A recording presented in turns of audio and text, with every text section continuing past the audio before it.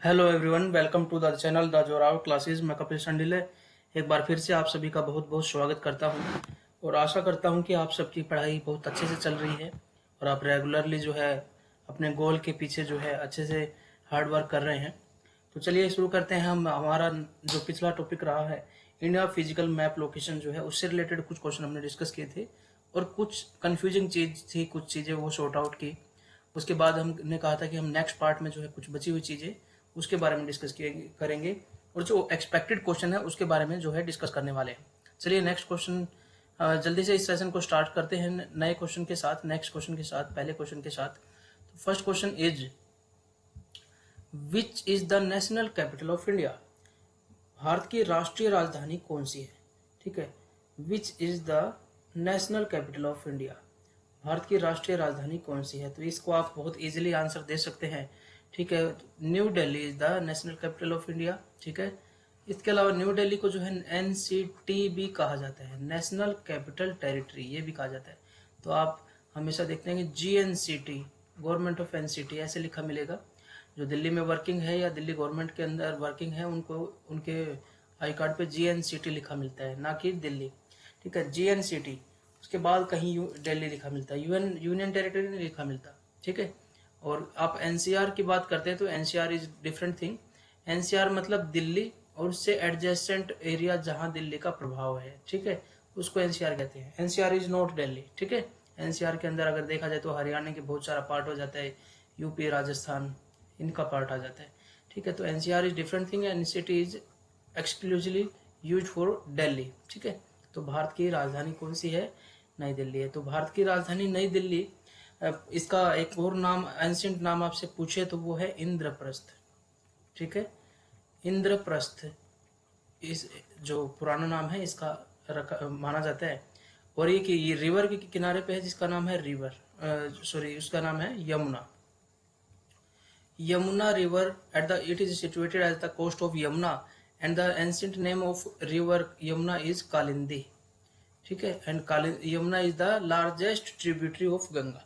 ठीक है, प्रयाग में जाकर ये गंगा के अंदर मिल जाती है, लेकिन ये गंगा की सबसे बड़ी सहायक नदी है यमुना। ठीक है, तो दिल्ली के बारे में कुछ फैक्ट्स पता चले। दिल्ली का अगर मिडेवल हिस्ट्री में बात देखें तो वहां पर इसका नाम ढिल्लिका लिखा मिलता है, ढिल्लिका।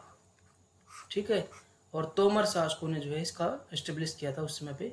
ठीक है, जो राजपूत शासक थे, तोमर थे, उन्होंने इसको एस्टेब्लिश किया था। ठीक है, दिल्ली को। लेकिन 1911 से पहले दिल्ली जो है कैपिटल ऑफ इंडिया नहीं थी। उससे पहले कोलकाता, उस समय की कलकत्ता जिसको कहते हैं, आज कोलकाता नाम है उसका, लेकिन Calcutta was the capital of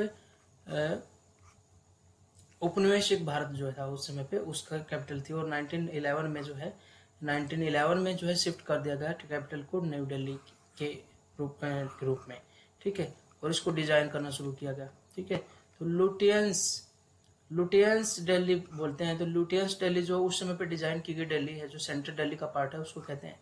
तो लुटियंस दिल्ली उसको बोलते हैं। ठीक है, बात करते हैं नेक्स्ट क्वेश्चन के बारे में। ठीक है, अच्छा, ये कुछ मैप के अंदर कुछ दिखाने की कोशिश की जा रही है। हाँ, दिल्ली को भारत का दिल कहा जाता है because the location is just right here which seems like heart of India.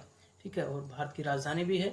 तो सभी जो इम्पोर्टेंट इंस्टीट्यूशन है जैसे पार्लियामेंट ऑफ इंडिया है वो यहीं पर है। ठीक है, संसद भवन जिसको कहते हैं।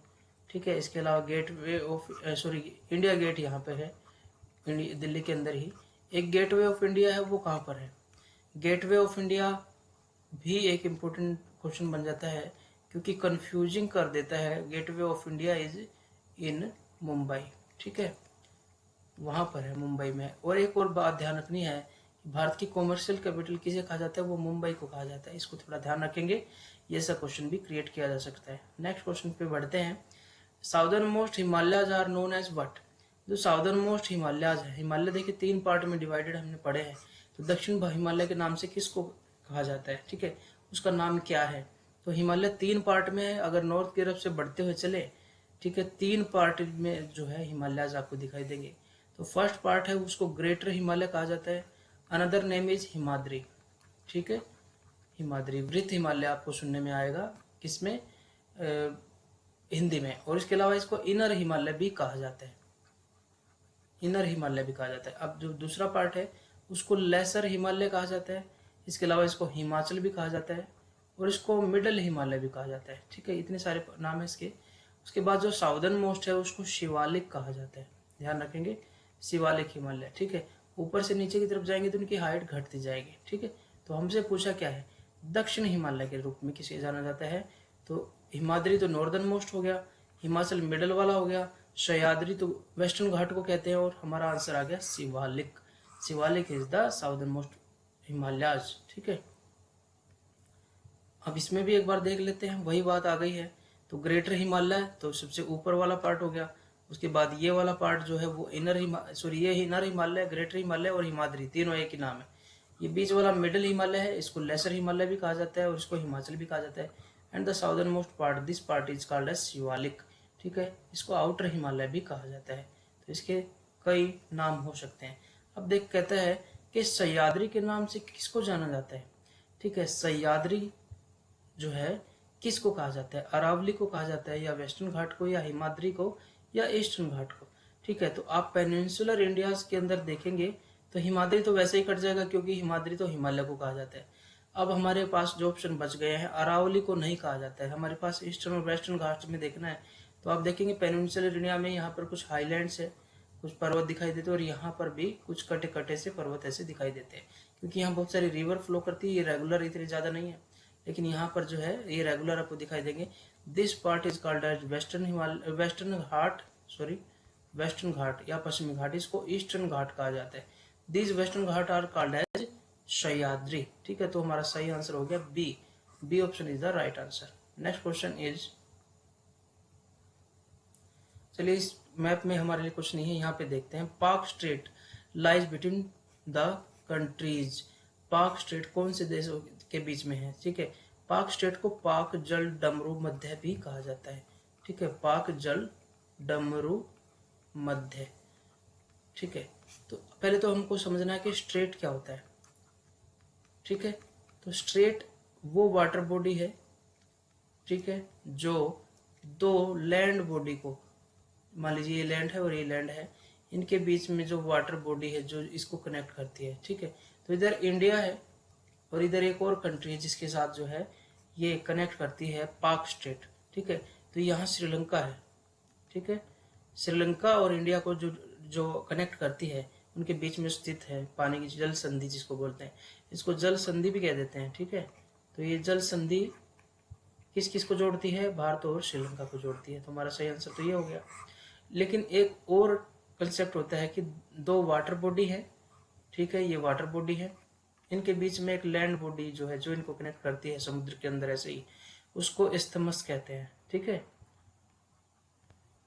ठीक है, ये इस्थमस डिफरेंट हो गया। ये लैंड बॉडी हो गई, ये वाटर बॉडीज को कनेक्ट करता है, और जो वाटर बॉडी जो लैंड बॉडी को कनेक्ट करती है उसको स्ट्रेट कहा जाता है। तो इंडिया और श्रीलंका के बीच में आपको दिखाई देगा कि बहुत क्लोजली हैं इंडिया और श्रीलंका। देखिए यहाँ पर ये वाला पार्ट देखिए, ये और ये, इनके दोनों पार्टों के बीच में बहुत स्मॉल गैप आपको दिखाई देगा। ये जो स्मॉल गैप है इसको पाक स्ट्रेट कहा जाता है, पाक स्ट्रेट या पाक जल संधि या पाक जल डमरू मध्य, कुछ भी आप कह सकते हैं। इसके अलावा आप एक और क्वेश्चन पूछ लेता है कि कौन से देशों के बीच में मन्नार की खाड़ी है। ठीक है, मन्नार की खाड़ी कौन से देशों के बीच में है, तो आपको यहाँ पे दिखाई देगा इंडिया एंड श्रीलंका के बीच में जो खाड़ी बनी हुई है इसको मन्नार की खाड़ी कहा जाता है। अब नेक्स्ट क्वेश्चन की बात करते हैं। Next question is, Indian islands that are situated in Arabian sea are known as what. ठीक है, इंडियन आइलैंड्स जो कि अरेबियन सी के अंदर स्थित है, भारतीय महाद्वीपों के बीच में स्थित है, उनको अरेबियन सी के बीच में स्थित है, अरेबियन सागर में स्थित भारतीय द्वीप कौन से। तो इंडिया में आप देखेंगे तो दो आइलैंड्स ग्रुप दिखाई देते हैं आपको, इधर अरेबियन सी है, अरेबियन सी में दिखाई देंगे, और दूसरा बे ऑफ बंगाल के अंदर भी दिखाई देंगे। ठीक है, तो यहाँ पर ये पूछ रहा है इनके बारे में, अरेबियन सी के, और ये दूसरे वाले हो गए। ठीक है, तो यहाँ पर अरेबियन सी के अंदर जो है उनको लक्षद्वीप कहा जाता है। ठीक है, लक्षद्वीप आइलैंड। ठीक है, इनको ये लक्षद्वीप जो है कोरल आइलैंड भी इनको कहते हैं, क्योंकि समुद्री जीव जो है उसके द्वारा ये बनता है। मूंगे का आइलैंड है, मूंगा जो है वहां पे बन जाता है, उस जीव द्वारा मूंगा छोड़ दिया जाता है, मरने के बाद चट्टान बन जाती है। तो ये कोरल आइलैंड है लक्षद्वीप वाले, ये अरेबियन सी के अंदर है। तो हमारा सही आंसर क्या हो गया, लक्षद्वीप समूह। और बे ऑफ बंगाल में पूछता है तो वो अंडमान निकोबार हो जाएगा।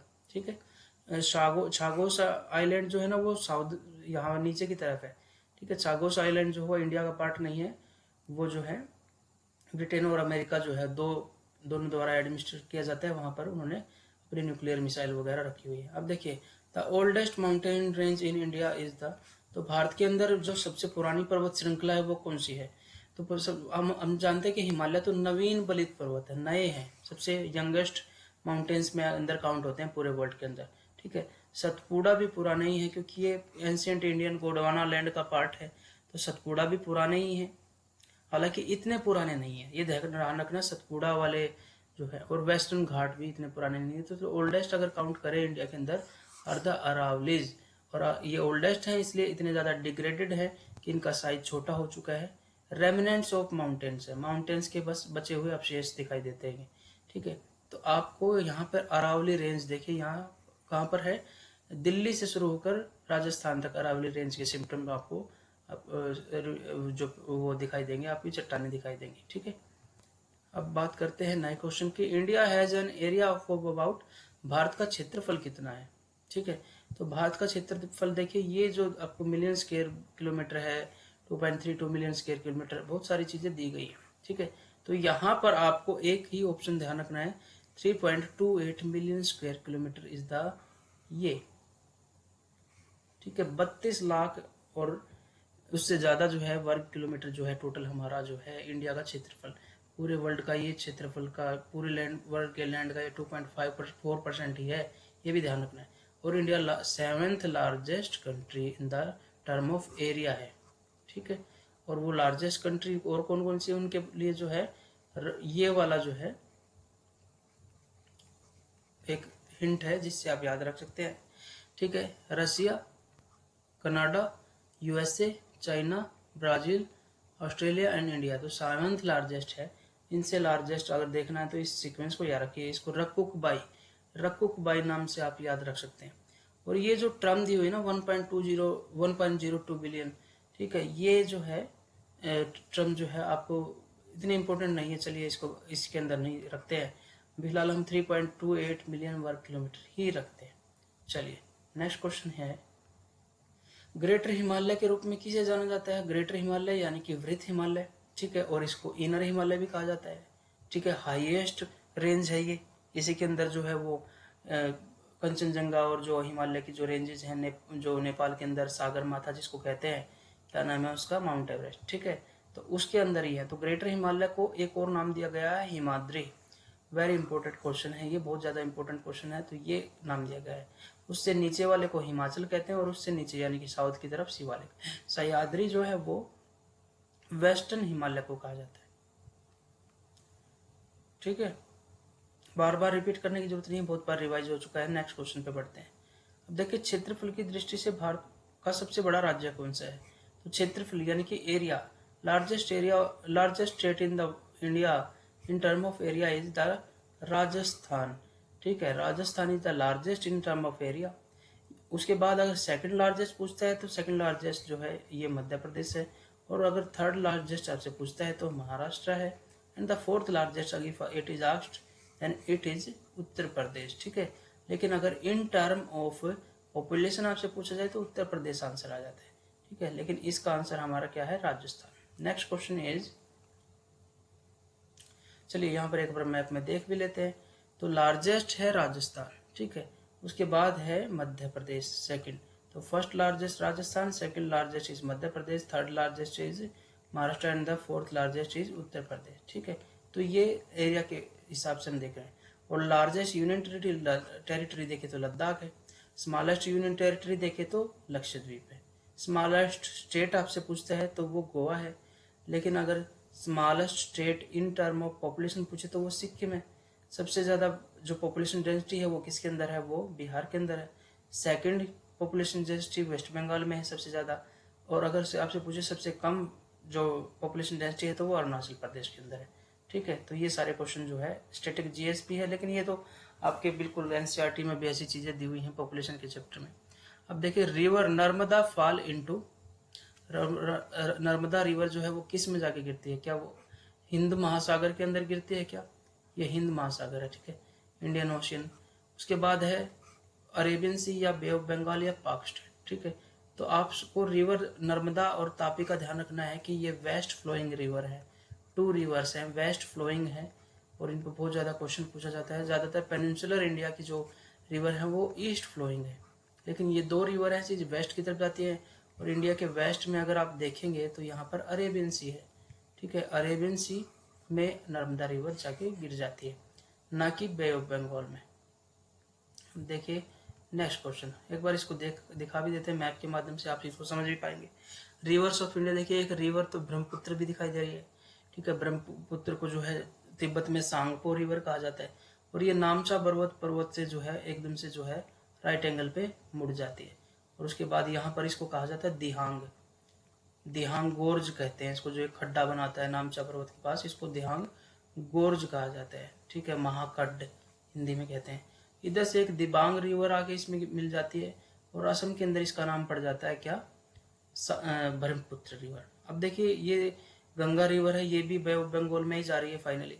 तो कुछ रिवर देखिए महानदी बे ऑफ बंगाल में, गोदावरी भी पेनिनसुलर इंडिया में, कृष्णा भी और कावेरी भी। 2 ही रिवर ऐसी हैं, नर्मदा और तापी, जो कि अरेबियन सी में आके west flowing river peninsular India की मुख्य रिवर्स में अगर देखें तो इसमें आगे गिरती हैं। अब देखिए कहता है कि वह अक्षांश भारत को लगभग दो आदेशों में विभाजित कर देता है। The latitude that divides India into nearly 2 halves. तो कौन सा लैटिट्यूड है जो इंडिया को नियरली 2 हाफ्स में डिवाइड कर देता है? तो ट्रॉपिक ऑफ कैप्रिकॉर्न है, ट्रॉपिक ऑफ कैंसर, इक्वेटर और आर्कटिक सर्कल। तो यहाँ पर आपको कंफ्यूज कर सकता है भूमध्य रेखा। भूमध्य रेखा इंडिया को नहीं, ग्लोब को इक्वल पार्ट में डिवाइड करती है, ठीक है। तो इंडिया में अगर देखें तो एक 23.5 डिग्री नॉर्थ लैटिट्यूड इंडिया के अंदर से बीच से जाता है, जो कि 8 स्टेट से होके गुजरता है इंडिया की। और लगभग ये जो कर्क रेखा है, ये ट्रॉपिक ऑफ कैंसर है, ये इंडिया को लगभग हाफ इक्वल पार्ट्स में डिवाइड करता है, ठीक है। तो ये हमारा आंसर हो जाएगा।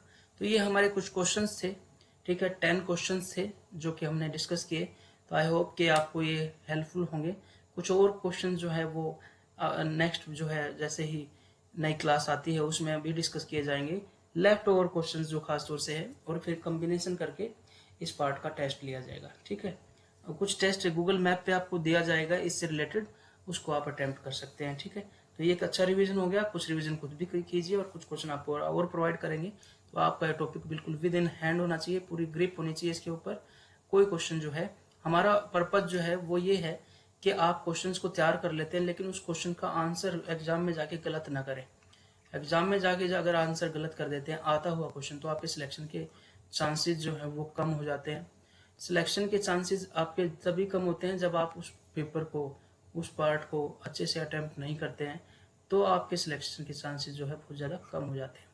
तो आपको सिलेक्शन लेना है, प्रेजेंस ऑफ माइंड रखना है, ठीक है। अच्छा एक और चीज़ आपको मैं बताना चाहता हूँ कि जब आप एग्ज़ाम में जाते हैं तो एग्ज़ाम से पहले 2 दिन ज़्यादा नहीं पढ़ना चाहिए। एग्जाम से पहले अभी आप दबा के पढ़ो, खूब दबा के पढ़ो। एग्जाम से 15 दिन पहले भी खूब दबा के पढ़ो, 10 दिन पहले भी खूब दबा के पढ़ो, 5 दिन पहले भी खूब दबा के पढ़ो। लेकिन फिर 5 दिन के बाद अपने आप को रिफ्रेश करना शुरू कर दो, थोड़ा टाइम घटा दो। 4 दिन रह गए, 3 दिन और टाइम घटा दो, दूसरा दिन रह गया।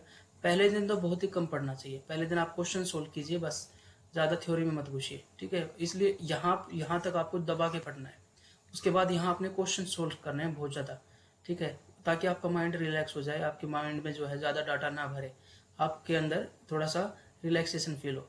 तो इसका फ़ायदा आपको ये मिलता है कि आप एग्ज़ाम में फ्रेश पहुँचते हो। तो एग्ज़ाम वाले दिन खूब नहा धो के अच्छे से, खूब अच्छा खा, जो आपको पसंद है वो खा के जाइए, ठीक है। नहा के धो के फ्रेश होके बिल्कुल जाइए, बिल्कुल जैसे शादी में जाते हैं, बिल्कुल अगर लड़का है तो बिल्कुल शेविंग वगैरह करके अच्छे से जाइए, अच्छे से अपने आप को मेंटेन करके जाइए, मेरा कहने का मतलब ये, ठीक है। उसका फ़ायदा ये होगा आप वहाँ पर एनर्जेटिक सा फील करेंगे। कई लोग क्या होते हैं कि वो बहुत ज़्यादा ऐसा कई दिन से नहाए नहीं है, कई दिन से शेविंग नहीं की हुई है, ऐसे पहुँच जाते हैं कि हम बहुत पढ़ रहे हैं, उससे आपके अंदर जो है लेजीनेस रहती है, ठीक है। तो आपको जो पढ़ना है, जो जोर लगाना है वो कर लीजिए, लेकिन लास्ट के 2 दिन एग्ज़ाम से पहले, ये एग्ज़ाम का दिन है और ये 2 दिन थोड़ा रिलैक्स रखना, अपने आप को रिफ्रेश करना है। रिक्रिएट करना है, ठीक है, मनोरंजन कीजिए, थोड़ा टाइम स्पेस निकालिए। तो थक के नहीं पहुंचना है, मेरा कहने का मतलब है अपने आप को थक के नहीं जाना है एग्जाम के अंदर। ये बड़ा बड़ा डिसपॉइंटिंग काम हो जाता है। पर्सनल एक्सपीरियंस से कह रहा हूँ कि माइंड की प्रोसेसिंग इतनी कम हो जाती है अगर आप नहीं सोते हैं पहली रात को। माइंड की प्रोसेसिंग इतनी कम हो जाती है कि आपको सब कुछ आता है लेकिन आप कुछ नहीं कर पाते। तो ये चीज़ से बचना है आपको, ठीक है। ये और यही रीज़न है मैंने कहा कि प्रेजेंस ऑफ माइंड आपका होना चाहिए। जितना आप फ्रेशनेस के साथ पूछेंगे, प्रेजेंस ऑफ माइंड होगा, क्वेश्चन को अच्छे से अटेम्प्ट करेंगे। जो क्वेश्चन आप आता है, ठीक है, उसको गलत नहीं करें। ये गलत हो जाएगा तो मान लीजिए आपका दिन खराब हो गया है, ठीक है। और ये गलत तब नहीं होगा जब आप रिफ्रेश होके बिल्कुल जाएंगे। तो पहले मेहनत कीजिए, आज ही मेहनत ज़्यादा कीजिए, कल की बाट मत देखिए। पेपर के पास पहुंच के अपने आप को बर्डन नहीं पहुंचाना है। तो आपकी तैयारी बहुत रूटीन में चल रही है, रूटीन में चल रही है और कंटिन्यूस चल रही है। तो आपको बहुत बेनिफिट होने वाला है जो रूटीन में पढ़ रहा है बच्चा वो, ठीक है। और हम भी आप देखिए कि हमें कोई एग्जाम नहीं देना है लेकिन हम रूटीन में क्लास आपको दे रहे हैं।